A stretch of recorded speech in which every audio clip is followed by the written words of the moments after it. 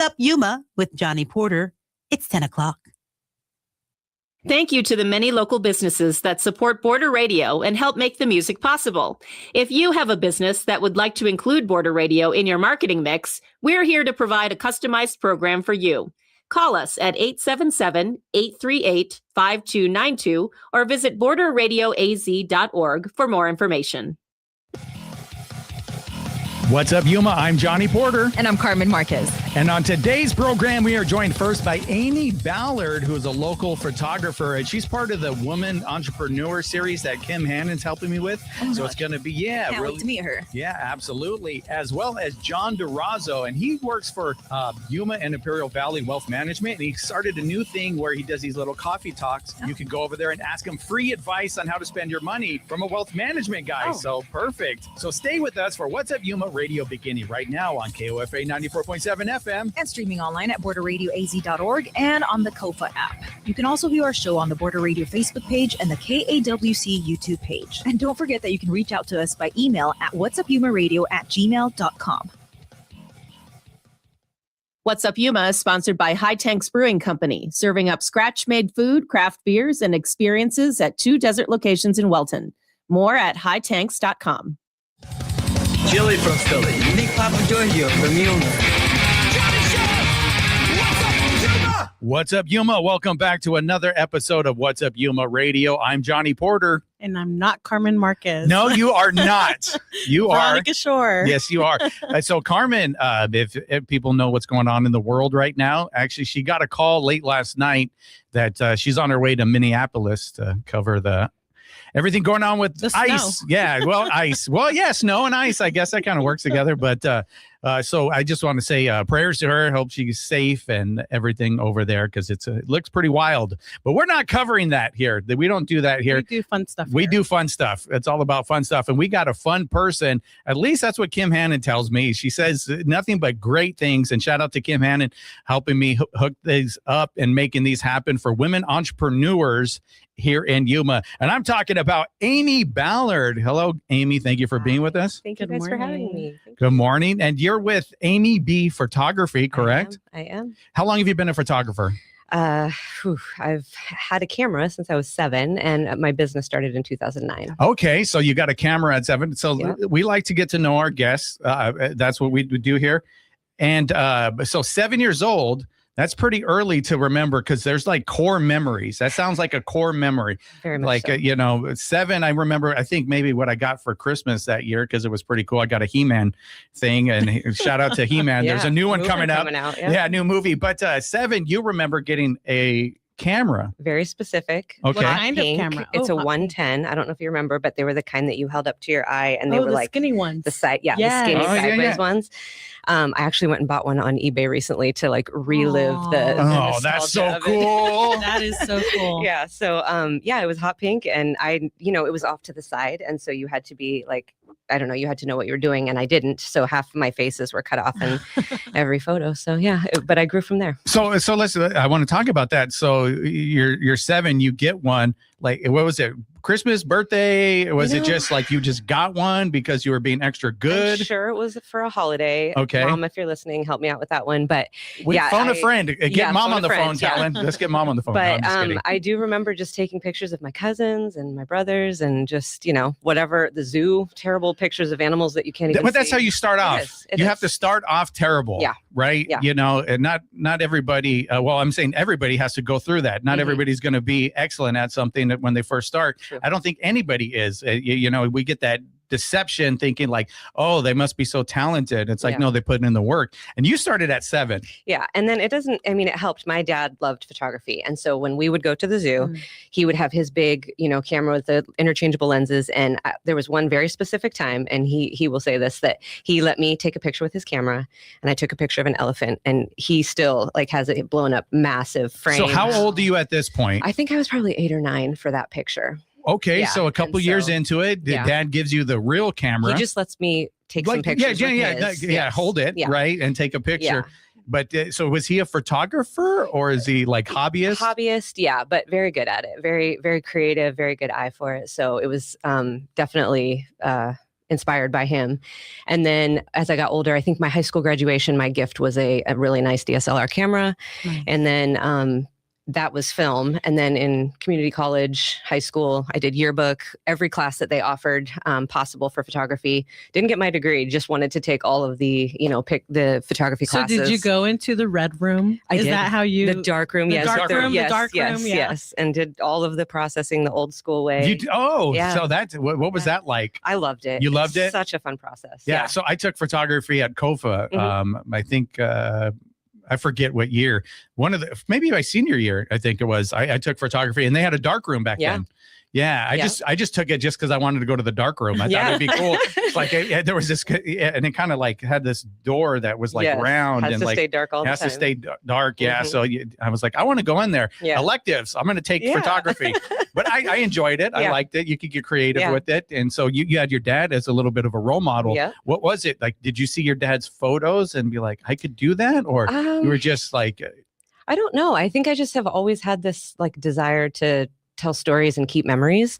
And so watching him and seeing the photos that he had of all of his life, he led a very interesting life, and seeing his stuff that it just, I was like, I want that. I want to document. So did he break out like old photo albums or like, what was that like with you when you're young and you're looking at, is he telling you stories too? Because like you just connected those two, the pictures and the stories. Yeah. I think he was telling me stories. Even to this day, I just was visiting him in December, and he was showing me pictures of when he lived in South America and, pulling out books of things. And my family has always had photos all over the place in their homes. And, I have a pretty big family. And so just seeing photos all the time just, helps you remember where you came from and what you've been through and who your people are. So visual storytelling. Yeah, very much so. And so that just always stuck with me and turned out to be something that I loved providing for my family and for other people. And that's just a part of everything I do, is just memory keeping and storytelling, I guess. Okay. So I want to kind of go back, and then we're going to go back again. Yeah. But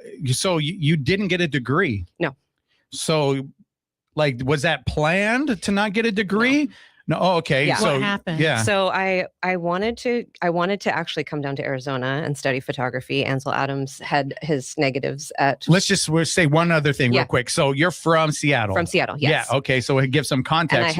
You're in Seattle, and you hear about Ansel Adams, very famous portrait photographer. Created the zone system, all kinds of stuff. Wanted to come down and study using, like, he donated his negatives. At one point I heard that you could come down here and learn at one of the universities with that.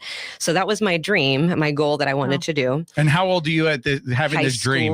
High school time? Yeah. Okay. And you've had some time behind the camera and you're getting, and I just heard that name. I just learned about him maybe like 2 weeks ago from my business partner. He was like showing me some stuff because I'm in creative, I'm in the media and stuff. And he's like, check out this guy. And I was like, Arizona? Like, oh, that was pretty cool. So go ahead. Yeah. And so that was the plan. And in high school, I wanted to be a photographer, and National Geographic, I had always been around. My grandma had a collection of all of the National Geographics. And so I, wanted to be a photographer, and I wanted to have a storage unit and a PO box. And I just wanted to travel the world and take pictures and tell stories. That was all I wanted to do. And then I got a really good job in Seattle, working in aviation. And it was down at Boeing Field in Seattle. And I met my husband there. And so when I got that job, I kind of just kept putting college off, and I was taking the community college classes, and I was like, I'll go later. I was trying to save up money. The job was going really well, and I really fell in love with aviation. So I just kind of kept staying there. And then I got pregnant with my daughter, who's now 21. And when I became pregnant with her, I was like, oh, college is, maybe not the thing that I'm going to go do now. And photography can wait. I'm going to be a mom now. And so we got married, and we, now fast forward, we have 6 kids, and the photography thing. That's a lot of kids. That is a lot of kids. You should have picked up the camera more, girl. It's amazing. So, so the photography dream, while I didn't think it was going way. I just kind of pivoted, like, I'm going to be a mom now. This is what Right. what And I'm you were going to focused do. on it, like, Yeah. and you were okay with that. It Yeah. wasn't like you It know, wasn't, like, oh, these kids are keeping me from my No. dream or whatever. Because you could have either attitude. yeah. That's up to you, Yeah. which attitude you're going to take. So you're gonna. I'm putting in this. I'm a mom right now. Mhm. So okay. Yep.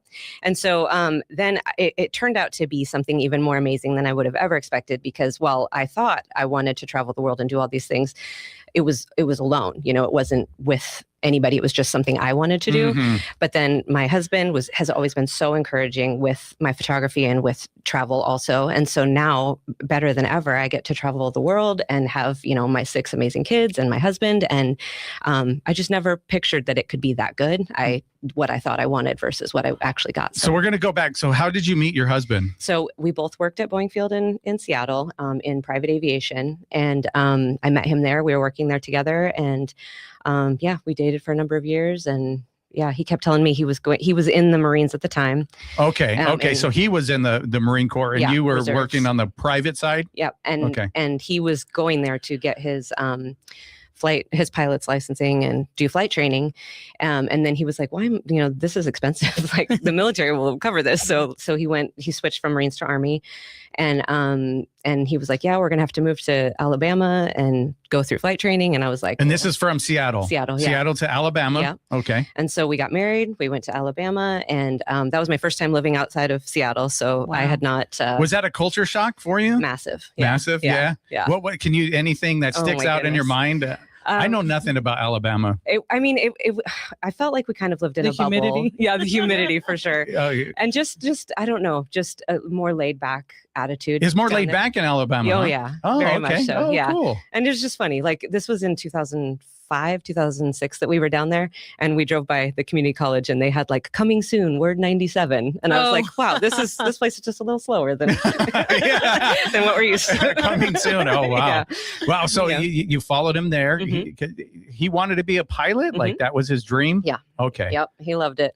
And so he was working at the airport to, get the discount or get the money to be able to take the flight lessons. And yeah, and so had a crush on him, and we got married, went to Alabama, and then right out of flight school in Alabama, he got Germany as his very first assignment. Wow. Which I didn't really know what to think. I didn't really. And this is in the Army now. Yeah, Army. So now. he's in the Army. Yeah, and he's flying Blackhawks. Okay, Blackhawks, and then Mhm. you're going to Germany Yeah, from Alabama, Yeah. which it could be a little culture bit shock, culture right? shock, yeah. another culture shock. Right. Yeah. But we were talking off air. You kind of mentioned that when you were there, you didn't like escape a lot, because like I looked in your bio, adventure is all through there, and Yeah. you want to be adventurous. But when you got to Germany, what was it like, and how come you didn't go adventure? So in Germany, we had two kids. Our daughter was 3, and our son was like, I think 2.5 months when we moved to Germany. We had to wait to get his passport before we could leave.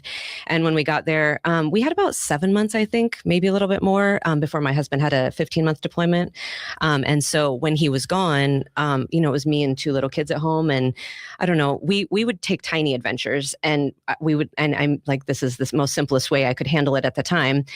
We'd get in the car and we'd start driving somewhere, and I'd ask my 3-year-old, right or left? And we'd shut the GPS off, and she would say a direction, and I would go that direction, and we had no idea where we were You going. got a lot of faith in your kids. I did, yeah. Yeah, that And was so, cool. But so we That's would like- end up at amazing places. This one time we ended up at this like abandoned castle, and there was this random guy selling out of like a little push cart ice cream. And there was other people. I wasn't the only person like stopping So to get this is- kidnapped. So you're saying this is your daughter giving Yeah, directions? she's just and like, she "Right, she led you guys to ice cream? we would just get lost. That's on God. purpose. Yeah, that was a total. whole God moment. she was like, God, I want ice cream. Yes. Please tell me. Exactly. It's like, listen here, little one. Yeah. Left. Take a here. left. And then a right over here. Yeah, and so we just totally get lost and see what we could find, because we didn't know. And the little village that we lived in was kind of up on a hill, and there was really 3 roads that went out from the hill. And so one day she took us on the road that we had never been on, and there was another castle from like 1100 that was back there less than 5 minutes away. And so basically we would just get lost on purpose, and then when we were done being lost, we'd hit home on the GPS. You and turn we'd the go home. GPS back on, and Did then you carry your camera with you while Always, you're yeah, there? yeah. Okay. And then when we got to Germany, my husband so graciously bought me a really nice digital camera, and that was I went from film to digital at that time. No, so that was the transition. Yeah. Okay. Yeah, and that was in like 2008, Mhm. 2007 or 8. Yeah, Peak so digital camera. mhm. Yeah. Fine. So Yeah. was there a learning curve? Or is it maybe. easier? Like, think right? it's Because you go easier. digital, it's supposed to be easier and Yeah. everything's supposed to be there. I But feel like it's I much know, easier. like with me, too many functions Mhm. on the camera. So like when I picked it up, the digital one, it's like there's too much here. Like Yeah. I throw it away. I don't Yeah. want to do it. I hire photographers, you know. Yeah. Well, But what was it? A little bit of that though, right? Like little learning bit. all the. I think because I had the background with film, there was so many things that are on the camera now that people maybe who have never done film might not know what ISO, was Mhm. used for. But because I had that background with film, it didn't seem so overwhelming. Oh, to okay. me. So yeah, you know, okay, you just look for the settings Yeah. and you got your shutter speed here, your Yeah. ISO here, and gotcha. Yeah. So the adventures, but that was the first deployment, Yeah, right? You first said there was a second one. He had another one. So we were in Germany, then we got sent back to Washington, our third child was born in Germany, and then we went back to Washington, had our fourth, and then we went Germany again, and then Korea, and then Germany a third time. So we were really lucky to go 3 times to Germany. Okay, and So- adventures, They got bigger. They and got bigger. Yeah. So you're not like listening to your daughter anymore. Like, No. what are you doing? You Yeah. find something So- on a map. We're going to go visit this. Yeah, basically. Oh, okay. So we would just have a bucket normal list. people. Yes, No. like normal. Yeah, exactly. And we would plan some of them. My husband's a planner. I'm more fly by the seat of my pants. And so we planned some of them and they were great. And some of them we did totally off the cuff and they were amazing too. So What's the best one that stuck out? Maybe we'll start with Germany. okay, so best trip. There's 2 categories. I would say like the most like off the wall, didn't plan one, and then the best. I think our whole family loved Croatia the most. We took a RV trip down to Croatia, and that was amazing. But recently we just celebrated our 21st anniversary last week. Congratulations. Thank you so much. And then on our 20th last year, we went to the airport. He's a pilot for United now, so we can fly standby for free. And so we dropped our kids off in Seattle with the grandparents. We flew to San Francisco so we could be at like an international hub, and we had our passports and, Oh my God, how clothing fun. for like someplace warm. And so we just went and, sat down for Standby. breakfast, and we were like, what flights are available? And so he was like, well, Tahiti has 127 seats open. Wow. And so we just flew to Tahiti with That's incredible. Just like that. Yeah, just like that. So it's almost like taking directions from your daughter. You're kind of Yeah, used to exactly. this randomness. Airport, where am I going? Yeah. And you had a bag ready to go. We had a bag ready to go, and I could tell my husband he did not love it, but he was such a good sport about it. And so about What do you mean halfway- he didn't love it? He Like, didn't love the no control over it. Yeah, that would scare me. Yeah. Yeah, And so absolutely. We didn't have a hotel. We didn't have a rental car. We had nothing. Wow. We didn't even know. Didn't even know what language was spoken. I didn't fully know where it was on a map. Wow. Like, what kind of voltage do they use? All kinds of stuff that we just Big didn't. deal. Yeah. So, but everything's figure outable. So we got on the plane about 4 hours through. I'm reading my book. I'm having a great time. My husband is kind of over there, like, stressed. for a out. hotel. I think I probably took a nap. What and kind he's of currency do you use? Oh, man. So then I was like, do you want to get the internet and book something? And he's like, yes, please. So he booked a hotel about halfway through, and I think a rental car. And it was a good thing we did, because when you land in Tahiti, you have to have hotel plans. They don't let you just come in and, Oh, yeah. Wow. So it was a good thing. So All we right. needed each other, he needed. Yeah, He and needs so a little bit of flexibility. yeah, you're both of your energies Yeah. kind of balance out everything, and then They you do. end up having a great trip. It sounds Exactly. It was amazing. amazing. So, like, yeah. what was amazing about the culture, the people, the food, Let's see, all of it. We stayed in a nice hotel the first 2 nights, and then we were like, this is way too expensive. So we went and found some Airbnbs, got a dorky little rental car, and we just wanted to drive around the island. And so I think the nature of it, I didn't know there's really not much on the island that wants to hurt you. Oh. You go places and there's a lot of poisonous things Yeah. and weather and whatever. They don't have bad weather there. They don't have crazy critters that want to kill you. And so it was really nice. It felt really safe to be there, and it was We're going to beautiful. look for a vacation there now. yeah, you like Veronica, book us something. Let's yeah, go. it's like the Let's go. European Hawaii. It's like, all of the things that we loved about living in Germany were in the grocery stores. All the food that we loved and everything was there. But it was also like a tropical island. So it was Cool. amazing. So we're gonna do next week. We're gonna do it live from Tahiti. Yeah. The show. We're gonna take a quick break, and we're gonna find out who gave you directions to Yuma and how you ended up here. Perfect. We're gonna do that after a quick break. You're listening to What's Up Yuma Radio right here on 94.7 KOFA Border Radio.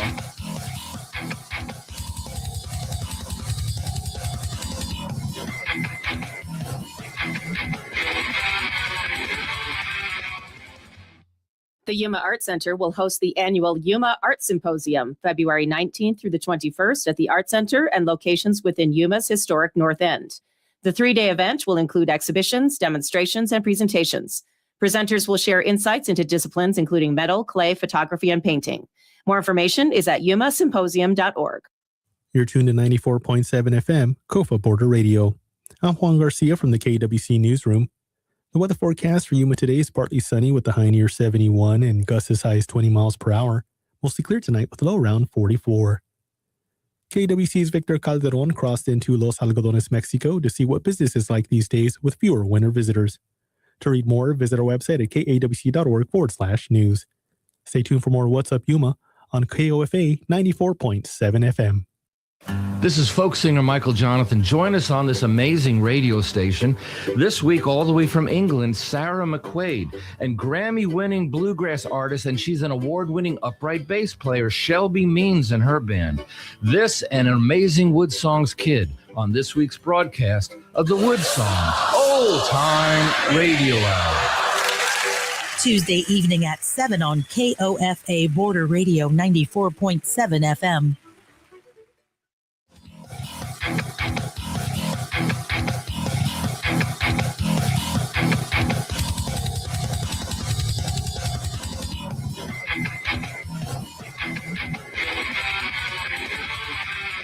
What's up, Yuma? Welcome back to What's Up Yuma Radio. We are here speaking with Amy Ballard from Amy B Photography. And so you're known for you start to do these adventures. It starts out with your daughter giving you directions to the airport, just telling you where you're going to be, which is crazy. Like it gave me anxiety just hearing about it. But we're going to find out. So how did you get directions to Yuma? So the military sent us here when we were in Germany this last time in 2021. 2020, put a hold on everything. So 2021, we could only come to Yuma. We had no other options. This was the last place. And we knew my husband was going to retire from the Army out of here. So we came. And so that's YPG? YPG, yeah. We still live out there. We got here. We thought we were going to live here 18 months max. He would retire. We'd go on to wherever the next place was. And now it's been 4.5 years, almost 5. Okay. So, since he retired? Since he retired the end of 22. So we've been here, since then. And first it was like, we'll have our daughter graduate and then we'll head out. And then we're like, okay, our son's only a year behind. We'll have him graduate and then we'll go after that. And then we just have never left. So we've just stayed here, but I don't know if we're going to stay here. We're not really sure. We're trying to figure out how to, live outside of the military and make choices on our own without somebody telling us what to do. So you still live on YPG, even though he's not enlisted. Fun fact, you can just pay rent after you retire. Oh, okay. And stay in the house. I didn't know that. Yeah. We didn't either. We learned something today. Yeah. All of us. So, okay, then what was it about Yuma that you ended up staying here longer than just the original time, the original plan? It has to be the community. The community of people here is unmatched. Of all of the places we've lived, we've met amazing people everywhere we've lived. That's, no question. But here it is just such a concentrated group of people that are so just loving and, include you in everything. And it just feels like a family. And I see that you homeschooled your kids. Mm-hmm. Is that part of your homeschool family? Mm-hmm, definitely. Yeah, we got here and we use a curriculum that's around the world, classical conversations, and they have groups everywhere. We had them in Germany and Korea, and so when we got here, I was speaking to a woman who ran the campus here, and she was like, "Just mail me your books. I'll hold it for you. That way, it won't be late. If your stuff is delivered late." So we mailed her all our books. We get here, we move into our house, and I'm like, "Hey, we're here. I'd love to come pick up my books." Turns out she lives directly across the street from us. Oh, wow. How fun. Like door-to-door neighbor. So, oh, wow. Yeah, so we were able to walk right over and get our books. Very cool. Yeah, it was amazing. So, and then just everybody has just, the people we met everywhere in homeschooling and at church and just randomly out in the town. It's just amazing. I love that you brought that up, Veronica, because that's how you know Kim, who set up this interview, correct? Yep. So what is that, like a homeschool group? It's like a collective? What is it? Yeah. So every Tuesday we go to class we meet at one of the churches here locally, and every kid has a class to go to. And then the moms they get trained to kind of teach whatever or tutor whatever little group they're in. And so I'm personally doing the Challenge 3 level, which my son is in. So junior for him. And we meet up and we talk about their work that they do for the week. And we have a conversation about all of the stuff that they're studying. And then they go home and for the rest of the week, they do their work on their own with the parents' help and come back the next Tuesday to talk about it. So it's really awesome. I'm a big believer in public education, right? But I understand when homeschooling is appropriate for families. And we have such a great homeschool culture here in Yuma. So I know that much. Yeah. And there's something for everybody. Like, and no matter how you homeschool or what you want to do, there's groups for everybody. And they're just so welcoming. Like, there's groups that meet to play board games. There's groups that meet to go on, like field trips. There's different ways of, how they work out their education. It's just awesome. There's something for everybody. So my favorite part of every week is Monday at 8 a.m. when I've dropped off both of my kids at school. Yep. Tell me how you find that passion to stay with them all day. It's so funny because they're I love you, Veronica. Thank you for saying that. I don't know. I didn't start out wanting to homeschool. Yeah. Honestly, I thought homeschoolers were really weird and you could pick them out of a crowd. And I was like, oof, I don't want that. But then I just didn't know enough about it. And as I met women that homeschooled and I started to realize, what their kids were like and what it looked like on a day-to-day basis to homeschool, I was like, trying to talk myself out of it. And when I was trying to talk myself out of it, I talked myself into it. And so so then my husband was like, don't feed me this propaganda. Like they need woodshop and prom and, all the stuff that he didn't think could happen in homeschooling. And the more we did it, the more we just didn't want to give up that freedom. I totally understand that feeling. There's some days when it's really hard. I'm like, where is the bus? Like, it's not often that happens, but there's some days when I'm like, oh, this is hard. But parent teacher conference weeks, they get out at noon, all week. And I'm like, why? Yeah. See, I love it. I love that I get that time with them. Now we've graduated too. And I can't imagine not having all of watching them learn, watching them have these massive moments where they realize something. Yeah, that's special. Yeah. Having these conversations with them about, literally anything, that they'll ask a question about something and we can have these family conversations or conversations with friends in the community here and just stuff that I feel like doesn't always happen in like a peer-to-peer conversation that happens. In your two that graduated, where are they now? They're both here at the moment. They're both right here. Our daughter went to Colorado for a little bit and worked at a camp up there for a while and then came home. She's figuring out what she wants to do. Our son, that's 19, he is in flight lessons out at Yuma at the airport there. And he went to Colorado and Alaska and he was a hiking guide and a hunting guide up in Alaska. And so he's continuing to do that, but it's kind of seasonal work. So he's home right now and getting his private pilot's license so he can fly. It comes back to your whole adventure lifestyle. It does. I love it. It all does. It seems like it's passed down in generations and this adventure. So how many, you said 6 kids and then so there's still 4 at home? Still 4. Yeah, right? They're all 6 at home They're right at now. home, but that 4 that haven't left. Our 17-year-old boy, our 14-year-old boy, and then we have twins, boy and girl, that are 7. So, So you do that, but then you also, we're going to talk about the Amy B photography. So how do you find time to be a photographer and do all of this? That's a great question. My husband is incredibly supportive and very much, he sees how much working with other people to tell their story, like the creativity that feeds me, and is very much in support of go do this, go shoot that wedding, go whatever. I had a wedding in DC in December and they all came with me so they could, we could be together for Christmas, but then also cheered me on while I was going to work. So that's awesome. Yeah, they're really supportive. So the thing that's really nice about photography is how flexible it is. I can do the shoots and that's really why I'm away, but then at home I can work when I need to and be flexible. So I homeschool during the day. That's, my art set time is, during the day, and we all get sick of it by the end of the day and want to be done with our work. So what are they doing right now? You're here. I know. It's like pure chaos at home. Chaos. So what's your specialty photography? So what do you photograph? Nature, people? People for sure. Okay, yeah, people for sure. And literally anything, whatever I feel inspired by. But the main thing that I love to do is tell stories. So I love anything that has to do with that. So it's funny because I'll start and I'll shoot, a kid's senior photos, and then the parents will come back to me and say, oh, they're getting married. We would love for you to shoot the wedding. And so shoot the wedding. And then maybe I get to shoot when their baby is born. And like, it just continues. And so my clients from everywhere that, with the military, we get connected with a lot of people. So we have friends everywhere and that become family. And so it's just really fun to keep up and tell their story as like life continues. Being a photographer, you really have to see people past their face, so I feel like you definitely do that. Thank you. And I love the storytelling part of it. And you mentioned National Geographic. You have one. Did you take this one? It seems like, did you see that one, Veronica? Oh, that's I know incredible. Our listeners. This is what I'm talking about. She just sees through people. Yeah. So to find the one I'm looking at, everyone, so it's Adventuring with Amy B. You could go over there on her Instagram page. And then what's the other one? The Amy B Photography. Yeah. Okay. Yeah, you could kind of see it. But when I saw that one, when I was doing some research, I saw this one. I don't know if we could see it. Yeah, I guess people can see it right there. Yeah. It does seem very National Geographic. Can you tell us about this story? Yeah, we were in Guatemala. We went for a mission trip with our church, and we were building houses and doing a little like a vacation Bible school for the kids down there.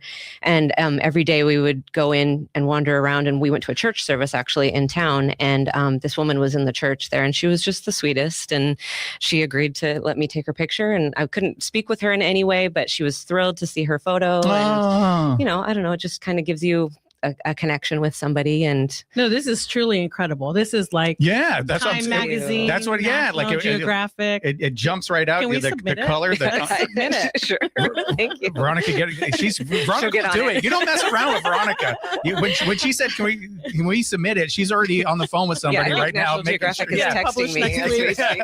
They're going to just see it in there. That's how fast Veronica moves. So yeah, you got to do it. I love it. But before we go, so you're doing, like you said, weddings, quinceañeras, whatever. I haven't done a quinceañera yet, but I've done weddings. I know. You haven't? I haven't. Somebody needs to get you for quinceañera. Have you ever been to one? I've never even been. You never been to one? No. Okay, Veronica. Veronica's going to work on that. She's going to work on that. That would be so fun. Yeah. But so weddings, families, babies. I'm not the photographer that puts your baby in like a bowl or a basket. That's not my specialty, but I love going into people's homes and taking pictures of them as a new family. And, as at the wedding, just telling all the stories of the people that you have there supporting you and your big day. Cause they're blurry. You forget what happens on your day. So to have a photographer that wants captures to everything. Tell that story, you get to see it back after you're done. So done. Before we let you go, any adventures you're planning on, or you're just going to roll the dice on? Probably just roll the dice. I don't know. Quinceañeras. Yeah, exactly.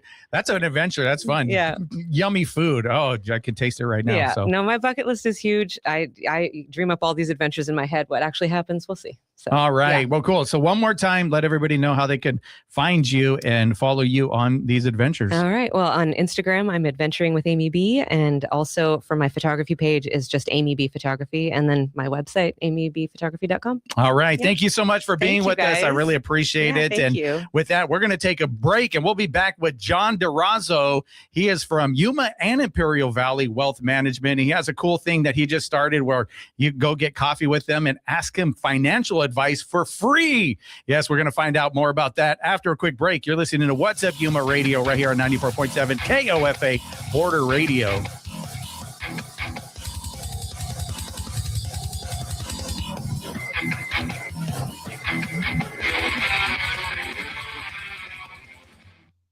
What's Up Yuma with Johnny Porter, weekdays at 10 on Border Radio 94.7, is sponsored by High Tanks Brewing Company, crafted in Welton and inspired by the desert. 2 High Tanks locations offer scratch-made food, handcrafted beers, live music, and experiences like farm tours and glamping. More details at hightanks.com. Hey, this is Jay with Mixtape, the radio show all about sharing music from the days of cassette tapes and before the time of online.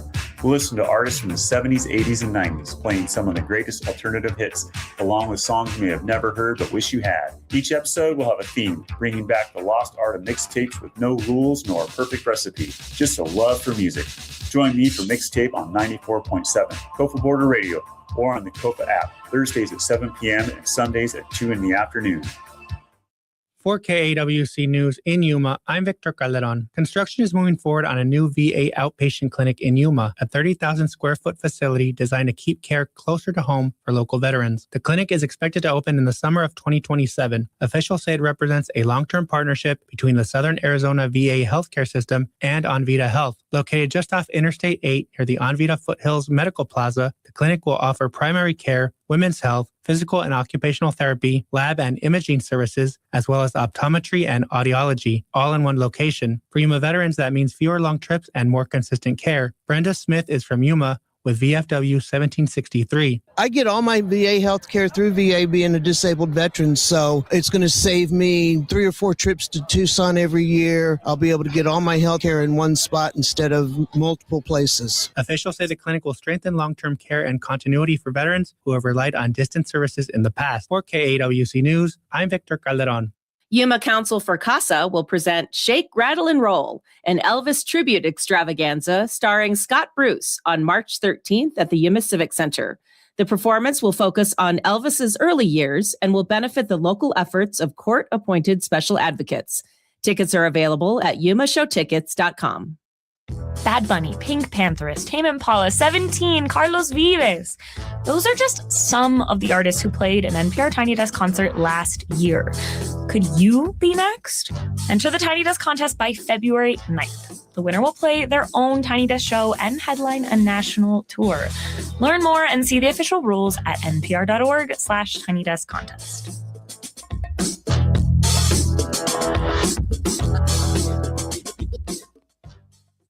The KAWC Student Newsroom is funded by the Local News Initiative at the Community Foundation for Southern Arizona, the Scripps Howard Fund, and by generous local support. Thank you for supporting the next generation of public media. Learn more about the project and hear stories from emerging journalists at kawc.org/student newsroom.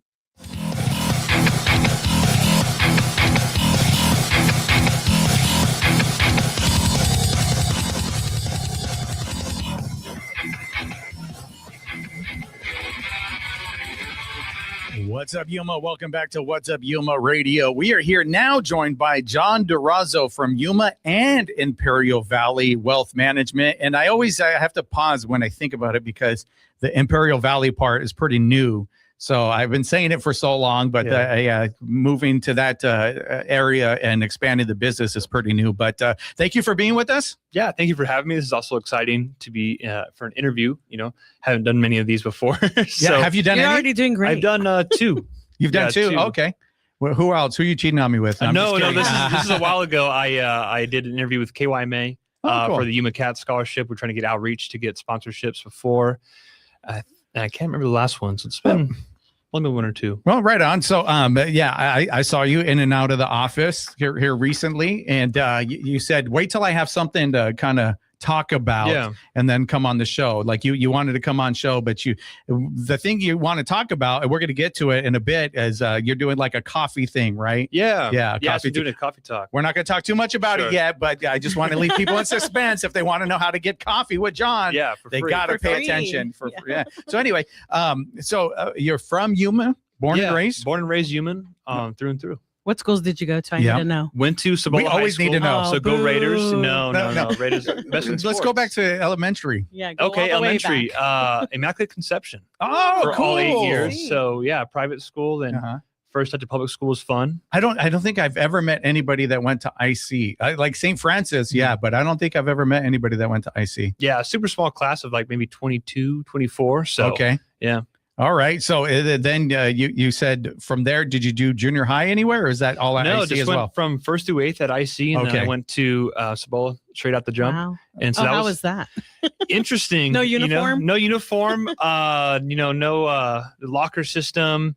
Went from 30 to, I don't know how big the classes are, 300, 600 people. So was that a shock for you? Yeah, big culture shock. Less, one-on-one time with teachers and the crowd. People were raised differently. Mm-hmm. So lot of just a mix of everything you can think of. So I see, do they have like, you get movies with nuns and stuff and they smack you with the rulers on the thing. Was it pretty like strict? Can I talk about that? No. Yeah, absolutely. You can talk about it. Yeah. It's education, it's factual. So Yeah. no, they are strict because they're very just, serious business kind of thing. We still have fun from time to time. But for example, if you ever see me hold a pen, they couldn't fix my writing and how I wrote a pen. And so by second grade, one of the nuns is like, you need to hold your pen right. I was like, I am. She switched me to this and she get the ruler out, slap my hand. Oh, she do it. Oh yeah. Made me pick it up. I pick it up again. But this is it. And she's like, no, you got to hold it right. I'm like, it's too late. And so she went at it for about an hour. And after a while she goes, you know what? I can't. So do you still hold it the same way? The way you want to hold it? This is how I hold my pen. That's very unique. It is. That's very unique. Yeah, how you freaks out the client sometimes. No, it's cool, but that's your style. It is my style. But that was a process of it. But you're very distinguished. So you're probably maybe could say a product of being raised like that inside of that environment at that Very school. disciplined. Very disciplined. Yeah, private environment definitely lets you flourish. I really think is a 1 to 20 ratio, which is a lot, smaller than most. And so they were able to spend time with us, really teach us what's important. Still the basic discipline and core things we need to know as people. So obviously is faith led, which is nice. And I think they helped out a lot, helped me stand out, helped me build good character and lead the right way. Well, discipline really helps youth flourish. Absolutely. Yeah. The more structure there is, the better they are, the better they grow to be. Yes, So, yeah. I'm 100% believer as my kids are at home right now. My 13-year-old and my 17-year-old. I hate it, but it is what it is. Why are they home? They do school from a computer. Oh, yeah. Get that ruler out. Yeah, I know. Like I can't be there with the ruler. Like I want them with nuns. That's what I wish so bad that I could get them in there, but never get divorced, guys. All right, cool. So anyway, so go to Cibola. You're in the financial world today. Is that what you wanted to do at Cibola? Like, what did you? Did you do FBLA at school? No, actually I didn't. I wasn't involved with finance at all. And what's FBLA? Sorry. It's the Future Business Leaders of America. Okay. Yeah. That's pretty cool. Yeah. No, I was, I've always been in love with technology. So since I was about 7 years old, it was when my grandparents got their first computer, the big old brick, and had the dial up, that was pretty cool. So that was my first intrigue of tech.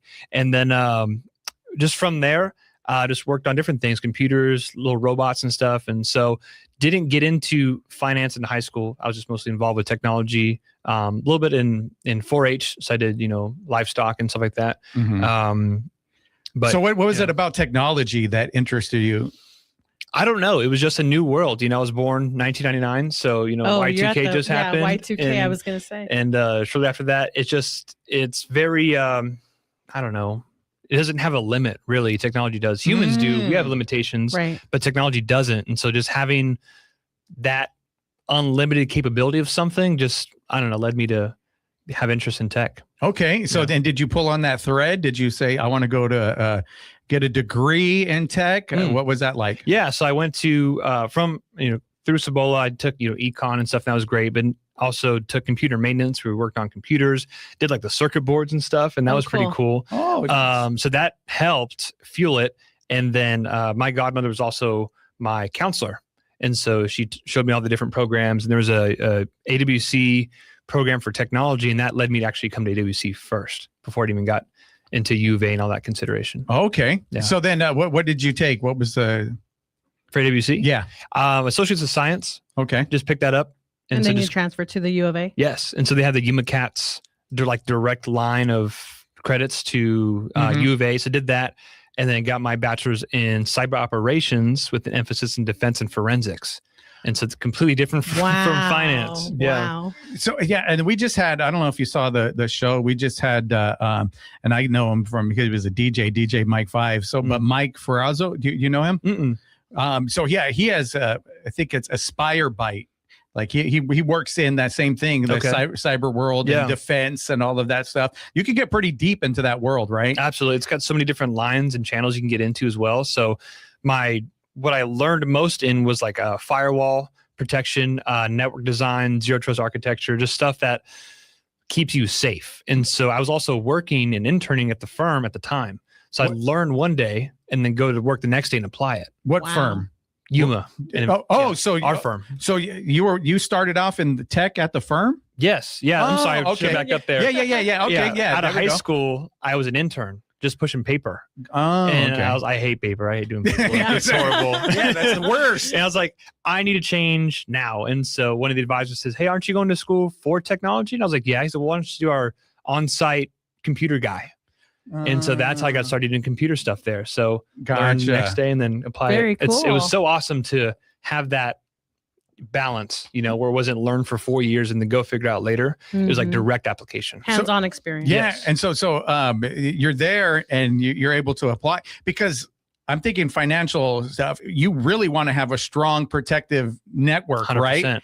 Like that, there's a lot that that's comes ground with zero that. right there. You have to have a solid network. Were you otherwise- nervous? Because you just come from class and you're like, get over there, like, oh no, don't get in Russia.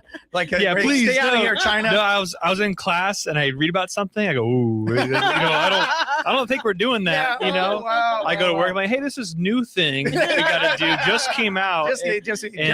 Just as of an hour ago. Yeah, actually. and no one talking to me for the next 2 hours. Please, I got to get this done. But no, it's exactly right. Every custodian has to have this just top-notch network and firewall system. And we had an on-site server at the time, and so even more liable for attacks. Yeah, and so absolutely. Tell people what an on-site server, what that means. Yeah, so an on-site server is where you have a data room, and everything that flows throughout the network is locked into just your property or firm, and so data is moving all the time, and it lives locally. So this is before the cloud huge. Yeah. Mm-hmm. And so the easiest way for someone to sneak onto the premise digitally was to send you a bad email, get a virus sent to you, or USBs dropped off at the front desk without someone. Real people did that? Oh yeah, it's social phishing. It's totally common. Wow. So I just want to bring up, because this stuff fascinates me. I used to want to be a hacker when I was a kid. I saw the movie Hackers. and it was like, I want to do that. It was pretty cool. White hat or black hat though? Whatever. Good guy I or didn't bad care. guy? No, I didn't care. Oh, okay, it was just a movie. It was it was with Angelina Jolie. You got to check it out. Yeah, but Casino. That's what you really wanted, Angelina Jolie. Yeah. So it's like, if I could hang out with chicks like that, I will hack into anything. Right. So it was, she was young, but I just want to bring up. So there was a book early on. I can't remember who wrote it, but it was a book on hacking for dummies. No, okay, it was not that one. But the book was all about, when you read it, it's not in front of a computer. It's on the phone. Yeah, social, right? Yeah, it's all social. It's all like, hey, we're with so-and-so and we need to find out this, and can you get this? And it's a way to socially hack and get these passwords, or kind of pull on this thread by finding these lower level people within a business that will give you answers to things. And then you build it together like puzzle pieces. And then now you're in because you ask all the right questions. Yeah. A company's biggest threat isn't China or Russia, it's actually insider threats. Wow. Yeah, you're actually more prone to a threat internally than you are before externally. So you get compromised by your people first, not typically on purpose. Yeah, on purpose. But did you have to go in and tell people about this? Is that part of it? Telling them hey. I run trainings. Okay. The staff are fully trained. We do quarterly trainings that are systematic, and then if a new thing comes out, we spend time going over that to see hey, look out for this, or when a client calls in, make sure you verify by doing X, Y, and Z things. We have the place is totally locked down. I had to flip the network over. Not that it was in a bad spot, but I just made it so much better. And so now I even rest easy at night knowing things are good. Gotcha. So we're going to take a break and we're going to find out how you got into the financial part of things. All right. Okay, sounds We're good. going to do that after a quick break. You're listening to What's Up Yuma Radio right here on 94.7 KOFA Border Radio.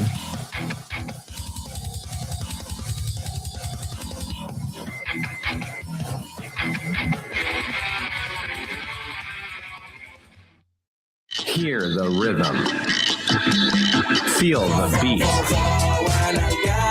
Let your curiosity run away on the Latin Alternative. Hi, I'm Josh Norrick. Every episode of the Latin Alternative takes you on a thrilling rendezvous of sonic and exotic landscapes in Latin rock, funk, hip-hop, electronic, and tropical music. Join me and my co-host Ernesto Lechner on the Latin Alternative. This evening at 7 p.m. on KOFA Border Radio 94.7 FM.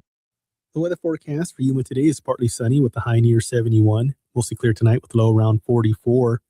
In Prescott, mostly sunny with a high near 51 and a northeast wind around 6 miles per hour, Mostly clear tonight with low around 25. Mostly sunny in Kingman with a high near 57. Mostly clear tonight with low around 33. And in Flagstaff, mostly sunny with the high near 41 and winds that could gust as high as 15 miles per hour. Mostly clear this evening with a low around 11. The Yuma County Library District provides activities and resources at its branches for people of all ages. Events include story time, citizenship classes, bilingual programs, crafts, author talks, and more. For more information about the activities and calendar of events, plus other in-person and online resources, visit yumalibrary.org. For over 55 years, Border Radio KOFA has been a voice for music and culture in the region. We play indie, soul, funk, world beats, and more, plus local stories and live sessions. Tune in live at 94.7 FM, on demand at borderradioaz.org or on the KOFA app and discover your next favorite song.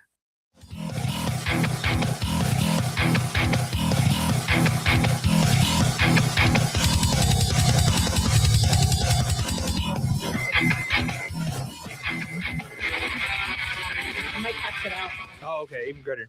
All right, we are back. Welcome back to What's Up Yuma Radio. We are here with John Durazo. And so you start off in the cyber world. You're there, you've interned, you've got the system locked down. How'd you flip over to the financial world? So being on site, doing all the technology, like I was just witnessing the financial side and the advice that they were giving, and thought it was actually pretty cool. My parents were also clients at the time, and so I was just super involved from all different aspects. And I shadowed one of the advisors for a year to see if, like, man, at that time, I was like 50% in love with finance and 50% in tech. Doing my own money management on my own on the side and just doing tech at work. And I was like, I really have to make a decision here. And so I shadowed an advisor for 12 months.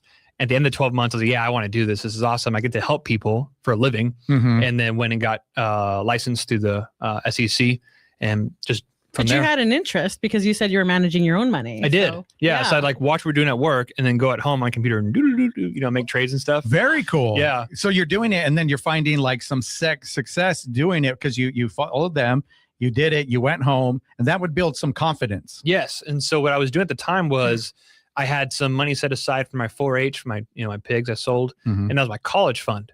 And so I went home and would invest my college fund according to what we're doing at work. Oh, nice. And that was making money. And I was like, oh man, like this actually works. And that was my just kind of peak point. Oh, so you're smart. I don't say top 1% guy, but we were joking, tech bro, really, Tech bro. Off air, we were joking about me wanting to talk about hacking, and then Veronica, this is her world, is finances and everything. So she is very, very seasoned in these things. But so cool. So you did that. You shadowed. You said, I want to do this. So what was that like? Then you said, like, okay, Tom, I want to do this, or Adrian, like before or after? Like I'm saying, like when you wanted to make the jump, and then get your license. So to kind of give a better background on the shadowing, I sat in with Adrian, and he was my mentor. He's my mentor. Oh, so it's Adrian? Adrian. You were straight to Adrian? Straight to Adrian. Wow. 18 right there, buddy. Jeez, Yeah. So, that's awesome. Yeah. Did money in, money out, sat in the meetings, did the contributions, helped with the proposals, saw how he did notes. So I was just the guy in the corner, for 12 months. And so I was just absorbing everything. And so by the end of it, I was in the need to know. All I had to do is go get licensed to make it official. You get licensed, that you get so you have to get your own clients, or like, how does that work? Or kind of a mix of both. Like Okay. we of course go out and shop for our own clients, want to help people. And so a lot of humans come to us, but there's clients that Adrian saw a better fit with me than them, either by age or what they need. We all have different that's niches. a big factor too. So it's personality and who they feel comfortable talking to, and you're not going to have a Spanish speaker go maybe talk to Adrian because they need some. Oh yeah, absolutely. She assumes I'm fluent. I like that. I hope okay. you are. No, it's okay. I have like emergency Spanish. You have emergency Spanish? Yeah, that's all I like, got. put me in a tight spot. I was like, yeah, I'll figure it out. George Davis, no, Tim Avila, who speaks Spanish. Tim's our fully fluent bilingual advisor. I love all the guys over at the Yuma Investment. It's a great group. So it's a great group. Not to brag, but yeah, it's a good group. Yeah, so you're blessed to be around it. You weren't right under Adrian. You're learning everything. You're there, so he gives you some. But then you also, like you said, Flip, you have to get some of your own, right? Or you want to, because you said it's helping people. So tell me about that. Like when you went out, kind of like just started talking to people, like, hey, I can help you with this. What does that look like? Hunting. We call it hunting. Okay. Go out and find people. At first, obviously, it's hard in any sales position. You go, hey, go bring in, 20 people. It's like, oh, how do I do that? And so we started simply by doing events, hosting seminars, making it educational, but also, hitting the phone book, calling friends, family, and say, hey, do you guys need help? Is there anything I can do to help you make, more financial success? And so it's been fun. Once I stopped trying to be like a salesman and just see people as just other people, it makes it so much easier. It's like, no, I actually want to help you. And then people probably could recognize that, right? And tone, intentionality. Right. And your posture and how you come to them, because there was a point where we're just, banging phone calls. For sure. And that's like, part of it. And to me, it's like, that's what you have to go through. You have to go through that to get onto the other side of things, but that's where you have to start. Yeah. Tom calls it cutting your teeth. Cutting your teeth. You got to cut your teeth. And I've hung out with Tom, and Tom's told me about all the phone calls that he used to have to make and how he got started and everything. Even when he was young, having to sell things, Yeah. So you're doing that, and now you started this new program, this new thing that you're doing. So let's go ahead and talk about this. Is this how you see yourself advancing in this world? You want to help people, right? But how'd you come up with this? Coffee Talks. So we are part of a larger, firm, and we're still independent in what we do, but like our compliance, our marketing, our tradespeople is Carson out of Omaha, and they have these great ideas for us. And one of them is Coffee Talks. So Coffee Talks. Oh, so they have a program. Kind of, gotcha. Yeah. Okay. They just give us ideas like, hey, we've seen success in this area. You should probably go give this a shot. And so Coffee Talks is a simple way for me to hang out at a local coffee shop, offer financial advice, and then if someone has an interest to actually speak to me to do so, I just buy their coffee. So it's just a nice, easy place to meet somebody where they're at. It's like an hour meeting, all dressed up in suits. It's like, no, you're just so you don't have like a PowerPoint presentation that you're presenting. It's like more one-on-one. Yep. Okay. Sitting here just like this, hang Coffee out talk. in the room and have just a little flyer up. And if someone has questions like, hey, I don't use my 401k, or hey, I'm retiring in 2 years. What do I do? Or I want to fund for my child. Where do I start? Just those like one-off questions that you don't want to just Google. You actually want to ask somebody without this like commitment and all this background check stuff. It's been going great. A lot of people have been coming in and asking their questions, hang out with them, have a coffee for 5-10 minutes, and then is there like send them on their day. A common question that you get with people? Yeah, it typically falls into what to do with my savings. Should I have a high yield savings account? How much money should I have in the bank? What should be on hand in case I lose my job? Just like most of the time, people aren't working their savings. That's the biggest issue. It's not like, how's my 401k doing? It's like, no, I have 20 grand in the bank. It's been there for 3 years. I haven't made any money. Like, what am I doing It's just wrong? sitting there. And so people ask that, and then you're able to find different avenues to be able to help them. For sure. Yeah, I say, check out CDs, high yield savings accounts, move it into a TOD, like a non-retirement account, and have that grow over time. It all Make depends your money on work for you. Right. Make your money work for you. That's what I tell them. I need your help. Okay, sure. So after the break, go to the coffee talk. I need to be at this coffee talk and just absorbing all of this. You only get 10 minutes, Johnny. Yeah, but definitely. But that's cool though. You're something you're passionate about. You grew into, and now you're able to help people. You offer this service. When do you have these coffee talks? Every other Friday, so the second and fourth Friday of the month. Okay, and so where's it at? It's actually at Creation Coffee. Oh, I was there this morning. It's so awesome. Yummy. It's a local Christian-owned independent business. So it's like other part is I get to help a small business just profit, kind of spread the love a little bit. Yeah, where's that at? I don't know where that's Fourth at. Avenue. Yeah, Fourth Avenue across the street from the McDonald's. Yes, that's the best way I can put it. On Fourth Avenue, really? Yeah. Yes. Like I pass by all the time. I don't know why I haven't seen this. It's that little Thunderbird Plaza, I think. Is it the Thunderbird? I may give him wrong instructions. Well, I know what you're the A-frame like schnitzel place that used to be there. I think they're renovating into something else. Oh, I don't know if I can share that. Yeah. Oh, it's gonna be JT Prime. Okay, cool. It's public. All right, Is it really? Yeah. Oh, wow, that's exciting. Yeah. So right across. Oh my God, Veronica, she said it. No, Veronica don't said be it. fake news. I saw it on Instagram. It's like Alex is like, why'd you tell everybody? No, it's cool. That's cool what you're doing, man. And you kind of developed this. Was this because after our conversation, like you kind of found out what you could do, or is it you're kind of already thinking about like I need to? I was thinking about how to get out there, how to educate the community, and then as a second priority can pick up clients or lead them to financial success. But the key priority for everything is always education. Like I want everyone to know what they should be doing, what they could be doing, especially like in the Hispanic community. No one talks about money. It's like it's taboo. Is that true, Veronica? Oh, so true. Like, what do you, So for true. why? Why? I don't know. People just don't like to, because so you don't ask them to borrow money. Yeah, exactly. That's a privacy thing. Yeah. It's just, you don't ask your grandparents how much money do you have. So, or what have you done in the earlier, past. really quick, I was telling, we were talking about the quinceañeras. So my niece is having a quinceañera, and I started asking people, and then some people were really offended that I was asking them how much money they were going to pitch in. Right, Yeah. And it's like, no, come on, I work in philanthropy. I ask people for money. Veronica all the doesn't time. care. She's awesome at it. So tell everybody how to find you on Instagram and Facebook and to find out more about these. Yeah, our Instagram and Facebook is YAVWM. All right. What about yours, though? Do you have anything on yours or no? No, mine's personal. No, oh, it's personal. Yeah. Oh, okay. But he's a nice guy, so come talk to him. So see me, Coffee Talks. And then where's the office at if they want to come see you in person? Across the street from Wells Fargo, across the street from Village Inn at 4th and 16th. All right. Thank you so much for being with us today. I really appreciate it. And I definitely got to go get some coffee and get some advice. All right. Veronica's going to help me too. So I don't know if she knows that yet. Oh, my God. All right. Oh, my God.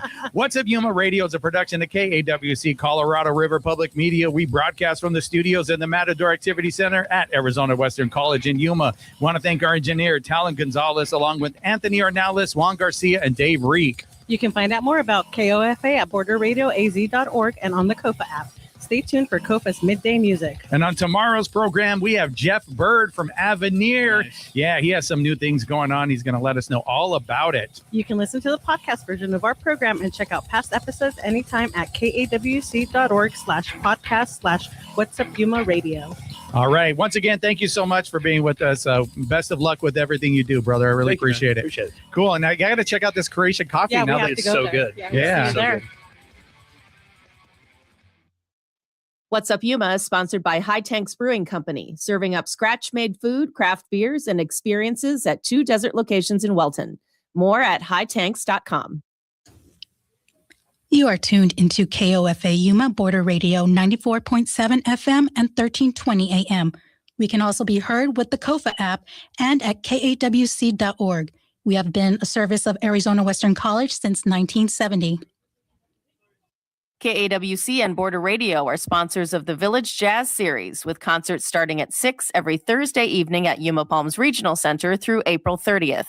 This week, the captivating stylings of vocalist Mia Delgado will be featured with Yuma Jazz Company. Guests should bring their own seating. Details under Village Jazz at yumajazz.com. BBC News with Govinda Gill.